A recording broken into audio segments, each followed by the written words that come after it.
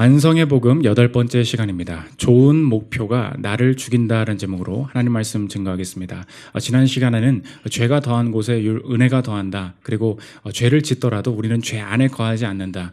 그리스도인의 성화의 삶을 살펴보았습니다. 그 다음 질문을 이제 성도들이 하고 있는 것인데, 내가 예수 그리스도 안에 산다 하더라도 그렇게 내 인생에 자신감, 기쁨, 열정 이런 것을 경험한 적이 참 오래되었다는 것입니다.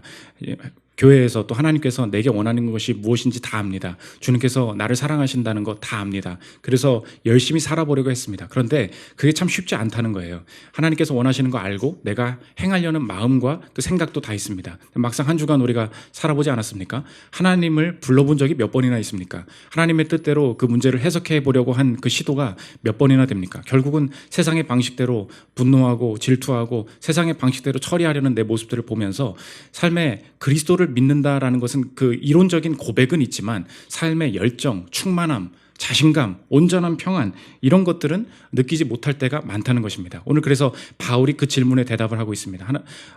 바울, 내 대답 좀 해주세요. 내 신앙생활 오래 했는데 열정과 자신감이 어느새 많이 좀 사라진 것 같습니다. 그리고 맨날 하나님이 이렇게 좀 벌 주실까봐, 내가 또 넘어질까봐 조마조마하는데 이 신앙생활의 기쁨을 어디서 찾을 수 있겠습니까? 무엇이 잘못된 것입니까? 오늘 그것에 대한 대답이 로마서 7장이 된다는 것입니다. 그 대답의 핵심에 무엇이 있는가? 율법이 있다는 거예요. 너가 율법 가운데 죽어 있다. 그리스도 안에 산다는 것은 율법에 대해서 죽어 있다는 것을 이해하지 못해서 그렇다. 율법에 대해서 죽는다는 말이 도대체 내 삶에 어떻게 작용을 하는지 오늘 그것을 설명하고 있다는 것입니다. 이 율법을 다른 말로 우리의 삶의 목표다 이렇게 생각하면은 쉽게 이해를 할 수 있는데, 율법이 우리의 삶을 어떻게 무너뜨리고 하나님께서는 이 율법이 아니라 영으로, 성령으로 어떻게 나를 이끄시는지 율법에 대해서 살피는 시간 갖도록 하겠습니다. 세 가지로 나눠서 살피겠습니다. 첫째로 살필 것은 율법의 기능입니다. 오늘 내가 예수님 믿고 열심히 살려고 하는데도 난 충분히 잘하고 있지 못하다. 나는 하나님 앞에 늘 많이 부족하다. 신앙생활의 기쁨과 자신감이 사라진 우리의 모습들을 오늘 본문이 묘사하고 있습니다. 바울이 대답을 합니다. 답이 무엇이냐? 너 율법에 대해서 죽었다는 걸 아직 인지하지 못해서 그래. 그러면서 이 율법이 로마 율법일 수도 있고 모세 율법일 수도 있고 상관없습니다. 그러면서 율법에 죽었다는 것을 무엇을 통해서 비유를 하느냐? 혼인 관계를 통해서 비유를 한다는 것입니다. 옛날에는, 지금도 마찬가지죠. 남편과 아내가 있었습니다. 근데 이 남편이 좀 나쁜 남편이었어요. 아내를 함부로 대하는 아내였습니다. 아내가 이 남편 때문에 너무 힘들고 늘 고민을 하고 괴로운 거예요. 근데 아직 이혼을 한 것도 아니고 그 법적으로 혼인 관계에 있습니다. 근데 이 아내가 너무 남편이 싫어서 어디를 가서 다른 남자와 간음을 저지르게 됐다는 거예요. 그러면 어떻게 됩니까? 아무리 나쁜 남편이더라도 내가 이 관계가 끊어지기 전에 다른 남자를 만났다면 이 여자는 죄인이 되죠. 이 여자는 나쁜 존재가 됩니다. 아니, 예전에 네가 나를 사랑하지 않으니까 그렇지, 네가 날 때리니까 그렇지 라고 말해도 법적으로는 결혼한 거죠. 법적으로는 남편이죠. 그러니까 아무리 나쁘게 굴어도 네가 지금 범한 것은 죄를 범한 것이다. 아내에게 그 죄의 판결이 나게 된다는 것입니다. 그러면서 뭐라 그러느냐? 그런데 이 나쁜 남편이 죽으면 어떻게 될까? 이제 그 질문을 던지는 거예요. 죽어버리면 어떻게 될까? 그럼 좋아지는 거지. 나쁜 남편이 있었는데 혼자 죽어버렸어. 그럼 어떻게 되겠니? 죽었기 때문에 나는 이제 이 혼인관계에서 자유하게 되는 거 아니냐? 그럼 내가 다른 남자를 찾아가도 자유하게 되는 것이다. 그 이야기를 하고 있다는 것입니다. 마찬가지라는 거예요. 우리가 이 남편이 죽어버렸다는 거예요. 그랬는데도 이 여자가 옛날의 트라우마 때문에 잘 때마다 전 남편이랑 헤어졌고 이 사람이 죽었는데도 밤에 이 남편이 다시 나타나가지고 나를 괴롭힐 것처럼, 다시 나타나서 내 인생 나한테 때릴 것처럼 자꾸 나타날 것처럼 생각하다 보니까 삶이 더 두려워지고 불안해지는 거야. 그게 똑같은 그 남편의 역할을 하는 것이 율법이야. 율법 죽었어. 근데 왜 다시 나타난다고 생각하니? 그 이야기를 하고 있다는 것입니다. 2절과 4절 한번 보십시오. 남편 있는 여인이 그 남편 생전에는 법으로 그에게 매인 바 되나 만일 그 남편이 죽으면 남편의 법에서 벗어나느니라. 그러므로 내 형제들아, 너희도 그리스도의 몸으로 말미암아, 이 똑같은 비유라는 거예요. 율법에 대하여 죽임을 당하였으니, 아무리 예수님을 믿어도 내가 전 남편은 죽었다, 율법에 대해서 죽었다는 것을 실제로 인식을 못하니까 자꾸 다시 한번 내 율법이 죽었음에도 불구하고 그 율법의 체계가 내게 족쇄가 되고 신앙생활에 방해가 된다는 것입니다. 목사님, 내가 한 주간 율법이라는 단어도 잘 모르고 율법인지 율법인지 뭐 이런 것도 잘 모르겠고 이게 어떻게 해석을 해야 됩니까? 예수를 믿지 않고 내 하나님을 믿지 않더라도 이 율법을 한번 해석해 보십시오. 이 율법은 우리 이 시대의 말로 좋은 목표 이렇게 생각을 하면 됩니다. 율법에 대해서 죽었다 그런 그 말은 목표에 대해서 죽었다 이 말이 된다는 거예요. 이 땅에 내가 가고자 하는 목표가 참 많이 있습니다. 뭐 자격증을 따고 싶다, 화목한 가정을 만들고 싶다, 뭐 37 이전에 얼마를 모으고 싶다, 좋은 엄마가 되고 싶다, 여러 가지 목표들이 다 있지 않습니까? 다 이거 좋은 것 알고 여기 좋은 목표를 가지고 살아가시는 분들만 오늘 이 자리에 모였는 줄 압니다. 문제는 뭐냐? 좋은 것을 향해서 가려고 하는데 왜 이렇게 자신감도 없고 기쁨도 없고 삶의 활력이 처지는가? 이 땅의 율법의 특징, 좋은 목표의 특징을 오늘 이야기하고 있는 거예요. 율법의 특징이 무엇이냐? 좋은 목표는 주는데 그것을 이룰 수 있는 능력을 함께 주지는 않는다는 거예요. 이게 율법의 특징입니다. 그게 뭐라고요? 율법은 기준을 줘요. 율법은 목표를 줍니다. 근데 이 시대의 문화의 목소리가 우리를 속이는 것이 무엇입니까? 좋은 목표들 투성이에요. 건강관리를 이렇게 해야 되고 돈을 이렇게 벌어야 되고 자녀 양육을 이렇게 해야 되고 여러분 유튜브 찾아보십시오. 좋지 않은 목표가 어디 있습니까? 다 좋은 목표들이에요. 그런데 왜 이렇게 답답하고 지칩니까?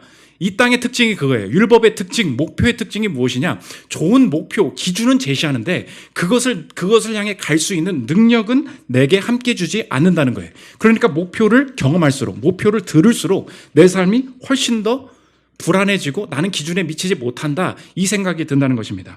소비를 아껴서 그 금액까지 저축을 해야 되는 거 누가 모릅니까? 자녀 신앙으로 키워야 된다는 거 누가 모릅니까? 그렇게 관리하면서 살면 좋다는 거 누가 모릅니까? 그게 안 되니까 문제라는 거예요.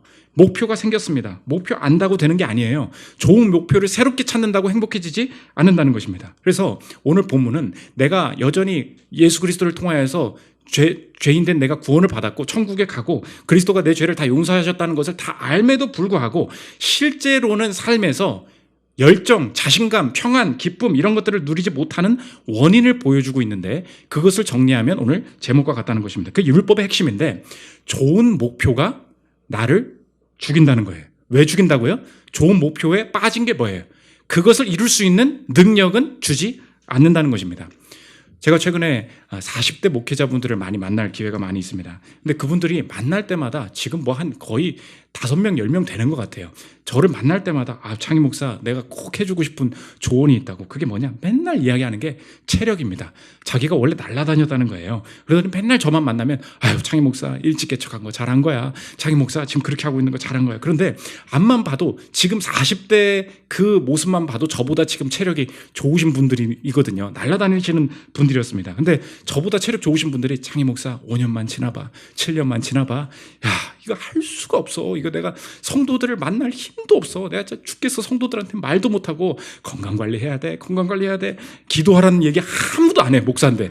말씀 봐야 돼. 아무 얘기도 안 해. 그건 늘 하는 거고 체력을 관리해야 된다.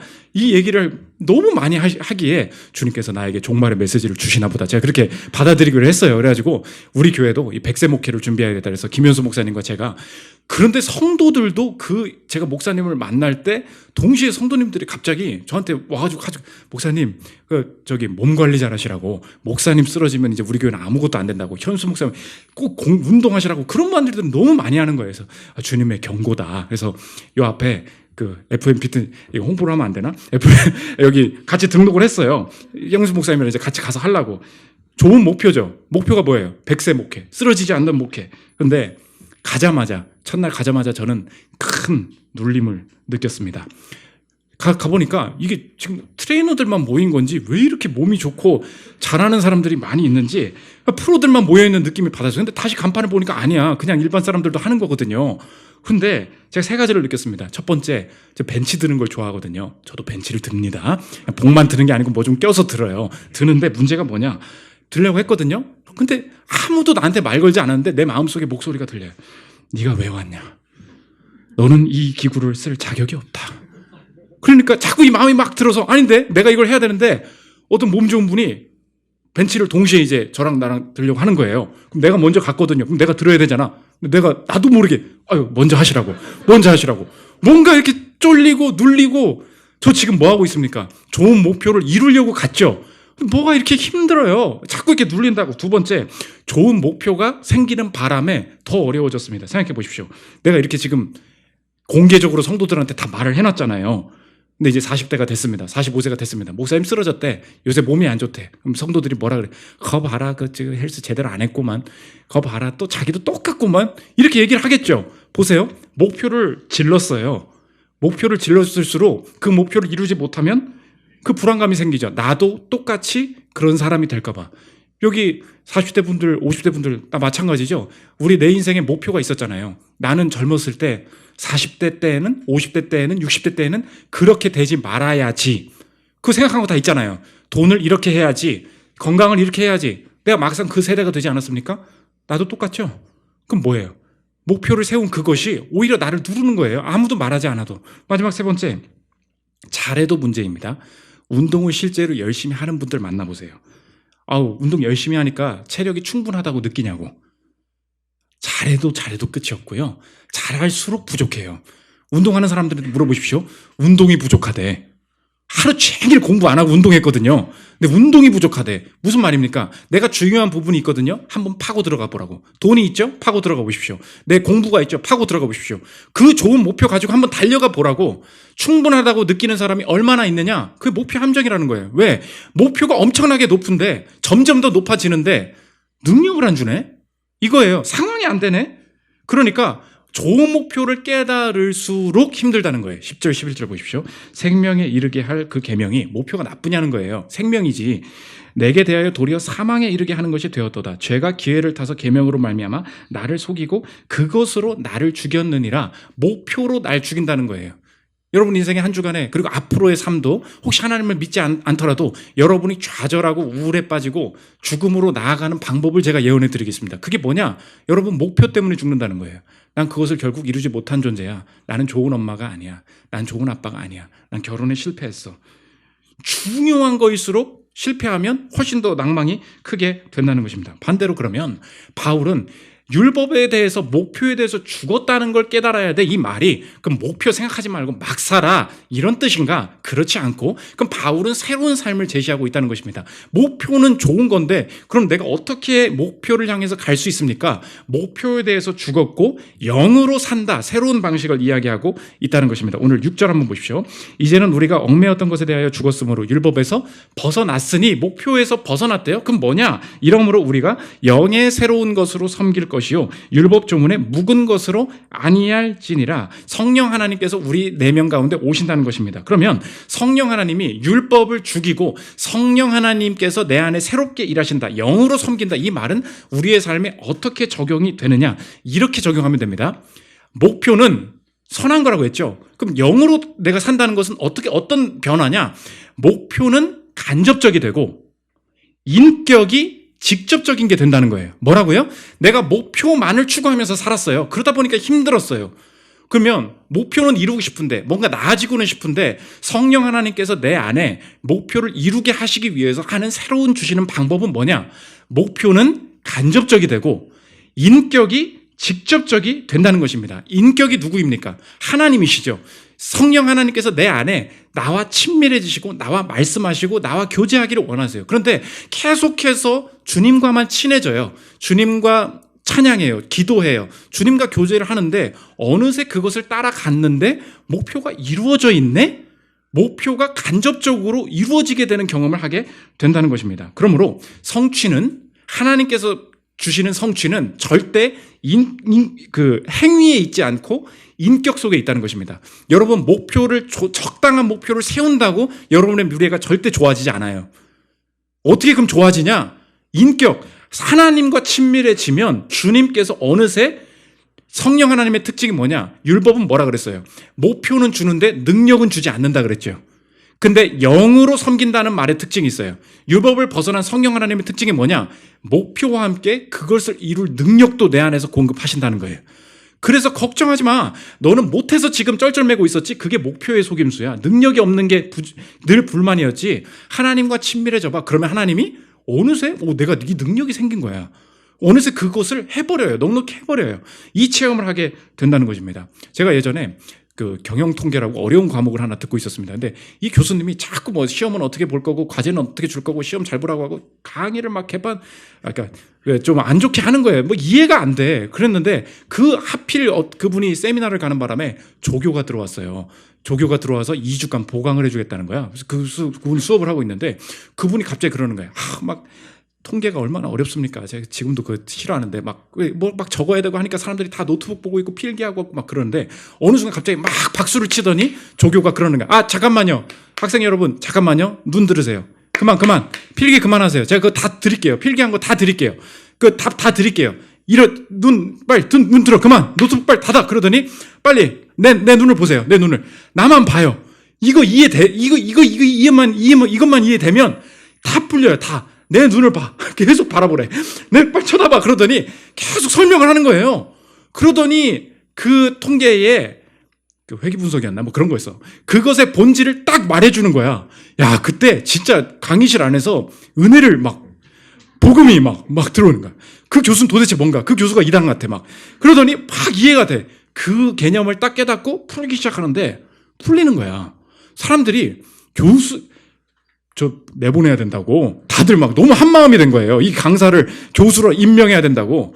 자, 보십시오. 우리가 그분을 너무 좋아하게 된 거예요. 막 쳐다봐. 계속 들었거든요? 근데 어느 순간 내 안에 능력이 생겨버린 거야.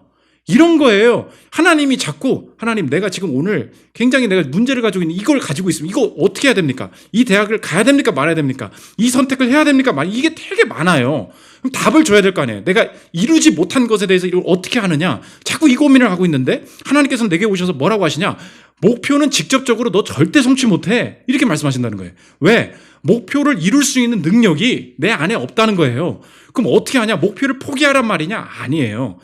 목표에 대해서 죽었다, 율법에 대해서 죽었다라는 말은 율법 무시하고 그냥 되는 대로 살아라, 그 뜻이 아니라 이 율법을 어떻게 지킬 수 있느냐, 능력까지 공급하시는 영과 함께 인격적으로 교제를 친밀하게 나눌 때 어느새 그게 돼버리더라는 거예요. 그래서 우리 교회에 그 2층에 스튜디오가 있지 않습니까? 김은수 목사님이랑 우리 이재왕 팀장님이랑 같이 그 스튜디오를 잘 활용해가지고 어떻게 이 교회 월세를 좀 줄여볼까 이제 여러 가지 고민을 하고 있는데 아직까지 지금 매출이 일어나고 있지를 않아요. 근데 김현수 목사님이 지금 이제 좀 될 것 같아. 근데 목사님이 하시는 일이더라고요. 이재왕 팀장님이랑 할 때 이재왕 팀장님이 여러 가지 목표가 있지 않겠습니까? 근데 아시겠지만 김현수 목사님이 옛날에 벤처 사업을 되게 크게 하시던 분이에요. 그러니까 사업을 어떻게 굴릴지, 어떻게 수익을 만들어낼지를 너무 잘 아시는 분이야.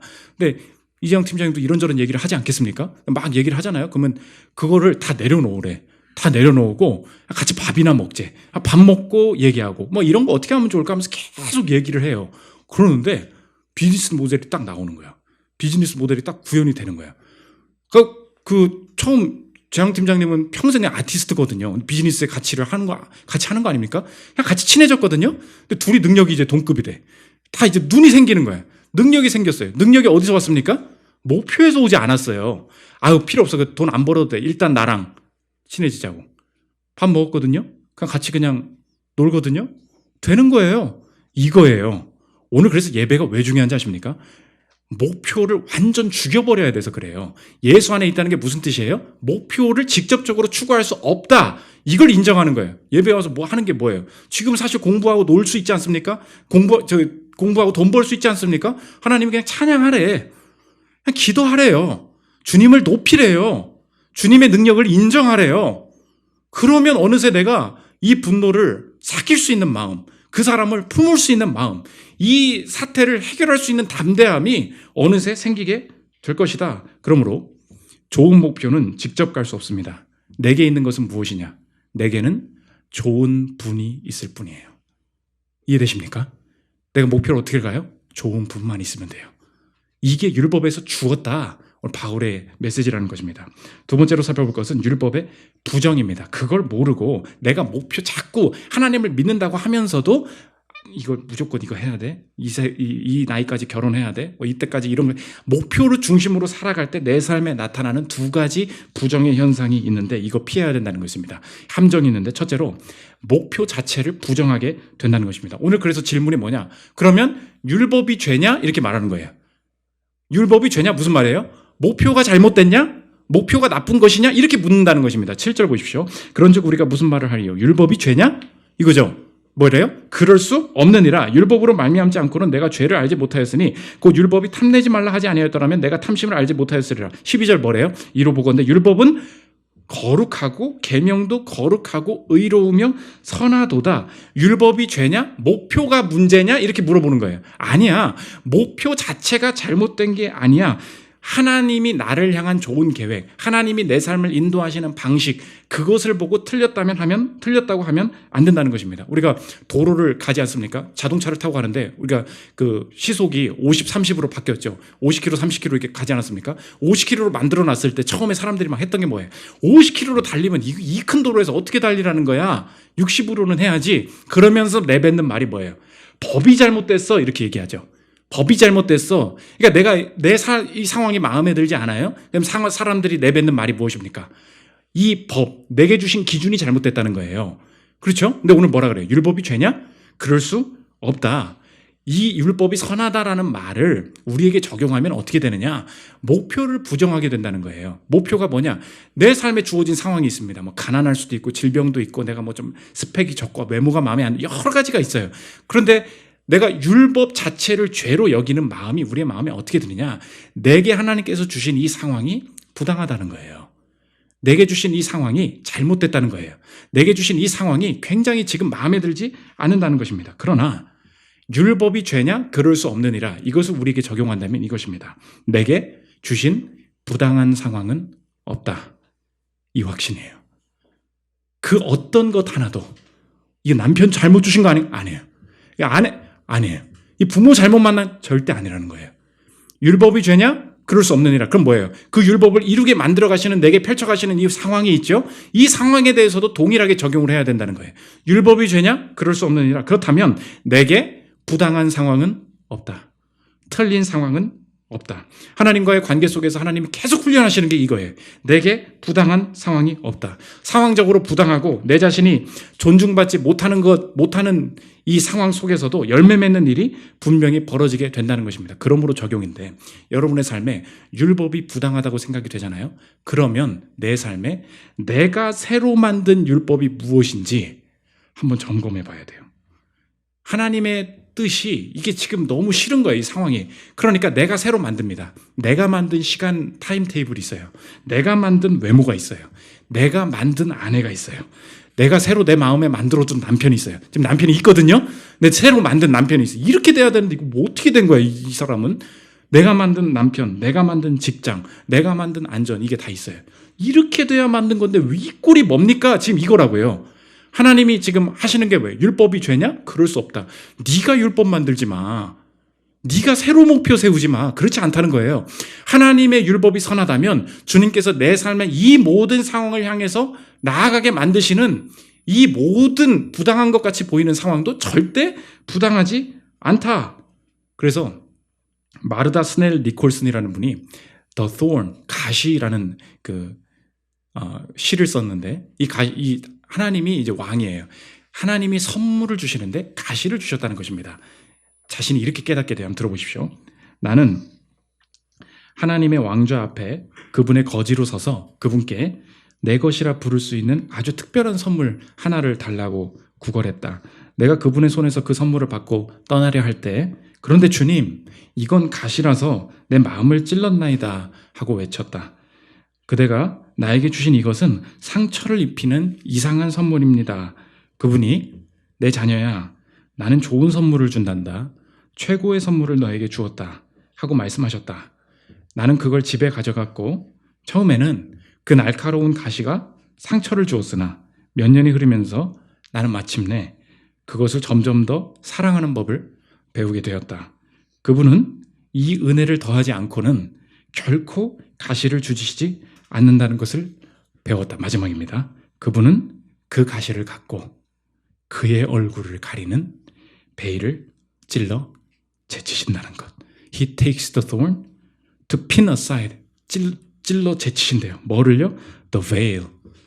뭐 어떤 베일이에요? Which hides his face. 그분의 얼굴이 가려져 있는 우리의 인생에 주님께서 그 가시를 통하여서 그 가시를 찔러 하나님의 얼굴을 막고 있는 베일을 찢어서 제치신다는 거예요. 난 이게 선물인지 몰랐다는 거예요. 율법이 죄냐? 이 주님께서 주신 이 상황이 죄냐? 그럴 수 없느니라. 여러분, 그래서 무엇을 죽여야 됩니까? 내가 새로 세운 율법, 이거 죽여야 돼요. 주님께서 주신 모든 상황이 선합니다. 결코 부당한 상황은 없습니다. 그 90년대생이 온다, 이몽택 분이 그 작가가 새로 쓴 책 제목이 뭐예요? MZ세대 특징이 뭐래요? 제목이 뭐예요? 읽어봐요. 그건 부당합니다. 이게 이 세대의 메시지라는 거예요. 여러분, 이거 그냥 웃지만 말고 한번 생각해 보십시오. 짜증나는 게 뭐라는 거예요? 그건 부당합니다. 부당한 곳에서는 선한 게 없다는 거죠. 그거 인정 못하면 하나님도 못 만나요. 하나님은 어디 속에서 파도치게 헤엄치게 만드시냐? 부당함, 온갖 부당함. 그 안에 하나님의 은혜가 있다는 것입니다. 두 번째, 갈등을 부정하게 만든다는 거예요. 목표 중심으로 생각하다 보니까 고민하는 과정은 필요 없다고 여겨요. 했냐 안 했냐 그것만 말해. 이뤘냐 못 이뤘냐 그것만 말해. 되냐 안 되냐 그것만 말해. 그러니까 인생의 색깔을, 명확한 색깔만 좋아해요. 근데 하나님의 색깔은 뭐예요? 파스텔이에요. 오늘 바울이 자아분열 같은 이야기를 합니다. 내 안에 두 개가 있대요. 하나님을 정말 원하는데 하나님이 너무 싫다는 거예요. 이게 뭔 헛소리야. 이거거든요. 자아분열인가? 22절부터 한번 보십시오. 내 속사람으로는 하나님의 법을 즐거워하되 내 지체 속에서 한 다른 법이 내 마음의 법과 싸워 내 지체 속에 있는 죄의 법으로 나를 사로잡는 것을 보는다. 오호라, 나는 공고한 사람이로다. 이 사망의 몸에서 누가 나를 건져내랴. 우리 주 예수 그리스도로 말미암아 하나님께 감사하리로다. 그런즉 내 자신이 마음으로는 하나님의 법을, 육신으로는 죄의 법을 섬기노라. 계속 한번 띄워주시죠. 이게 뭔 소리예요? 그거면 그건 거지. 원하는데 안 원한대. 원하는데 하기 싫대. 이게 우리의 마음의 상태라는 거예요. 그런데 오늘 25절을 보면 뭐라 그러냐? 감사한대요. 감사한 다음에 나와야 될 게 뭐예요? 극복하게 돼서 감사합니다. 죄를 극복하게 돼서 이 상황이 완전히 풀려서 감사합니다 해야 되는데, 감사한 게 뭐냐면 마음으로는 하나님의 법을 섬기는데 육신으로는 죄의 법을 섬기는 이 상태가 감사하다는 거예요. 이게 무슨 말이냐는 것입니다. 바울은 이 갈등 자체에 감사하고 있다는 거예요. 갈등을 넘어서서 이제 8장에 가면 성화의 다음 단계가 나와요. 근데 7장 마지막에도 감사하고 있다고. 뭘 깨달은 것이냐? 하나님께서 만들어 가시는 이 갈등하게 하시는 그 자체가 감사라는 거예요. 왜? 이 갈등이 있었기 때문에 내가 얼마나 무력한 존재인지, 내 안에 하나님을 거부하려는 마음이 얼마나 센지, 얼마나 내가 조금만 환경 바뀌면 무능해지는지 내 자신을 엄청나게 철저하게 무너뜨리시고 철저하게 깨닫게 만드시더라는 것입니다. 그러므로 하나님께서 이끌어 가시는 성화의 과정은 절대 극복의 목표가 있지 않아요. 여러분 잘 나가다가요, 여러분 그냥 팍 꼬꾸라질 때도 있고요, 정말 기쁜 사람이었는데 우울에 빠질 때도 있고요, 뭐 하나 잘못돼가지고 그냥 소리소리 지르면서 인생을 다 망쳐버리는 경우도 있어요. 그러면 성화가 멈춘 것입니까? 그렇지 않다는 거예요. 하나님의 목적 자체가 뭐예요? 목표 중심일 때는 갈등 자체를 부정한다니까요. 했는지 안 했는지, 이뤘는지 못 이뤘는지만 말해. 근데 갈등이 있대요. 갈등은 뭐예요? 이룰 때도 있고 못 이룰 때도 있어요. 잘할 때도 있다가 안 할 때도 있어요. 그 자체를 거쳐야 된다는 거예요. 왜요? 하나님이 그 갈등 속에서 하실 일이 뭐냐? 극복이 답이 아니라니까.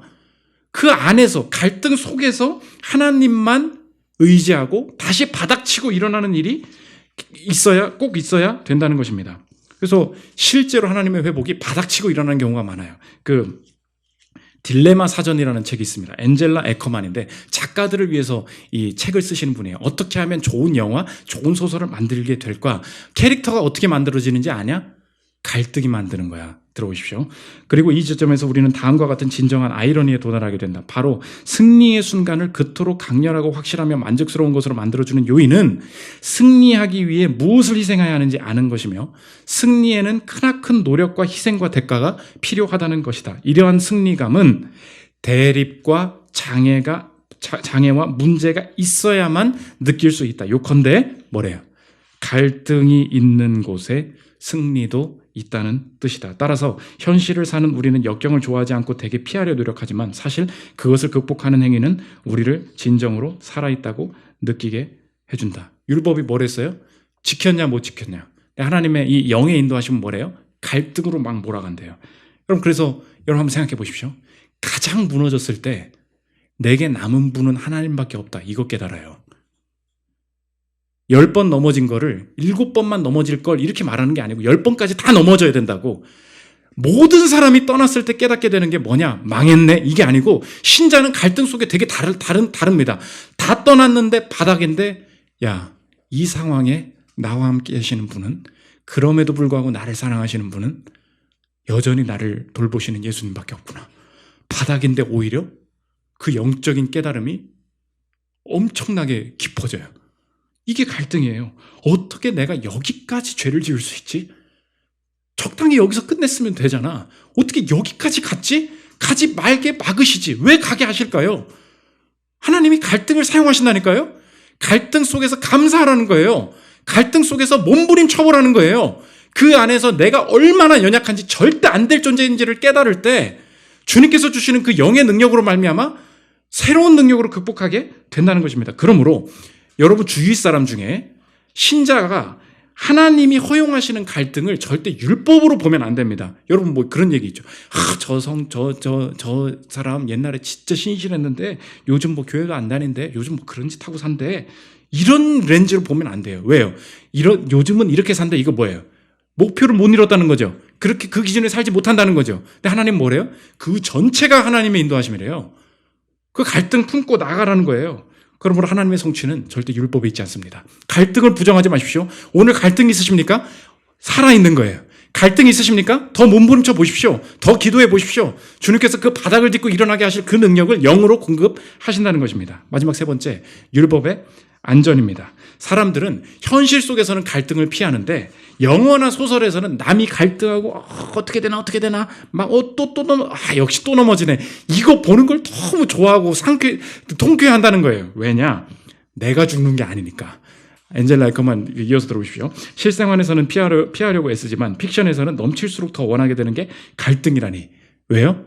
책 속에서는 갈등을 경험한다 해도 안전이 보장되기 때문이다. 다시 말해 이야기 속에서 벌어지는 끔찍한 일은 내가 아닌 누군가에게 일어나는 일로 조금 거리를 두고 받아들이게 된다. 그래서 갈등을 좋아하게 된다는 거예요. 책에서만. 근데 그리스도인들은 현실의 갈등까지도 품어낼 능력이 생길 수 있다는 것입니다. 왜 그렇습니까? 우리의 인생에 가장 위험한 갈등이 있습니다. 가장 중요한 갈등이 있습니다. 생명과 죽음의 갈등, 인간과 하나님이 대면하는 갈등, 선하신 하나님과 죄인된 내가 대면하게 되는 갈등, 이게 가장 어려운 갈등이죠. 이 갈등을 내가 직면해야 되고 내가 하나님 앞에 죽음 이후에 섰어야 됐는데 이 갈등을 책과 같이 내 인생을 대신하여 먼저 이 갈등으로 뛰어드신 분이 계시다는 거예요. 그게 누구십니까? 그게 예수님이시라는 거예요. 예수님께서 우리의 인생의 가장 중요한 갈등을 대신 해결하셨습니다. 죄인이 의인된 의로우신 예수님 앞에 서게 되는 거 이거 못할 짓이었어요. 그런데 예수님께서 십자가에 가시면서 가장 큰 갈등, 의인이신 하나님이 죄를 끌어안고 십자가로 가시면서 죄로부터 일어나는 이 갈등을 풀어내셨다는 것입니다. 히브리서 2장 14절 마지막으로 보십시오. 자녀들은 혈과 육에 속하였음에 그도 또한 같은 모양으로 혈과 육을 함께 지니심은 봐요. 죽음을 통하여 죽음의 세력을 잡은 자. 이 갈등으로 바꿔주십시오. 갈등으로 바꿔보십시오. 갈등을 통하여 갈등의 세력을 잡은 자. 갈등을 통하여 죽음의 세력을 잡은 자. 곧 마귀를 멸하시며 하나님께서 마귀를 멸하신 방식이 무엇입니까?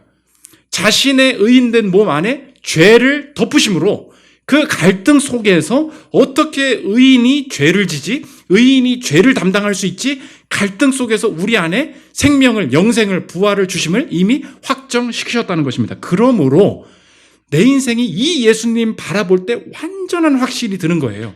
내 인생에 벌어지는 모든 갈등 중에서 내가 정말로 하나님 앞에 벌을 받고 심판을 받고 형벌을 받아야 돼서 생기는 갈등은 이제 있습니까? 없습니까? 단 하나라도 있습니까? 없습니까? 여러분 확신해야 돼요. 마음속으로 한번 대답해 보십시오. 내 인생에 생기는 모든 갈등 중에 내가 하나님 앞에서 죄인 됐기 때문에 하나님께서 내게 벌을 주시기 위해서 나 망하라고, 앞으로 미래가 어려워질 거라고 내 인생에 벌어지게 만드시는 갈등은 있습니까? 없습니까? 있어야 한다면 그 갈등은 이미 누가 가져가셨습니까? 예수님이 십자가에서 가져가셨음을 믿으십니까?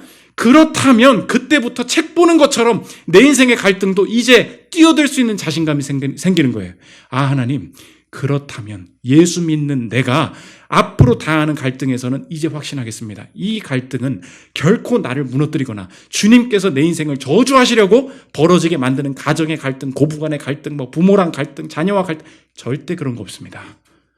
그렇다면 이 갈등 속에서 이러다 보니까 또 목표를 못 지키네? 그게 아니고 율법에 대해서 죽었구나. 나는 절대 그 목표, 뭐 화목한 가정, 뭐 좋은 결혼, 자꾸 이런 생각하니까 내가 힘들었던 거구나. 목표가 내 인생의 마지막 목적이 아니구나. 인격만 신뢰하면서 십자가에 달리신 그분이 오늘도 나와 함께 하실 줄 믿습니다. 단순히 그분과 교제하고 있는데 어느새 지나 보니 내가 소망하고 내가 그토록 바랬던 목표들이 하나 둘씩 이루어져가는 그 모습을 이 갈등 속에서 내가 확인하기를 원한다. 이 위대하고 아름다운 삶, 목표 중심이 아니라 영으로 섬기는 주님 따라가는 이 삶의 열매를 누리는 저를 되시기를 기도합니다. 우리 믿음과 삶 찬양하고 기도하는 시간 갖도록 하겠습니다.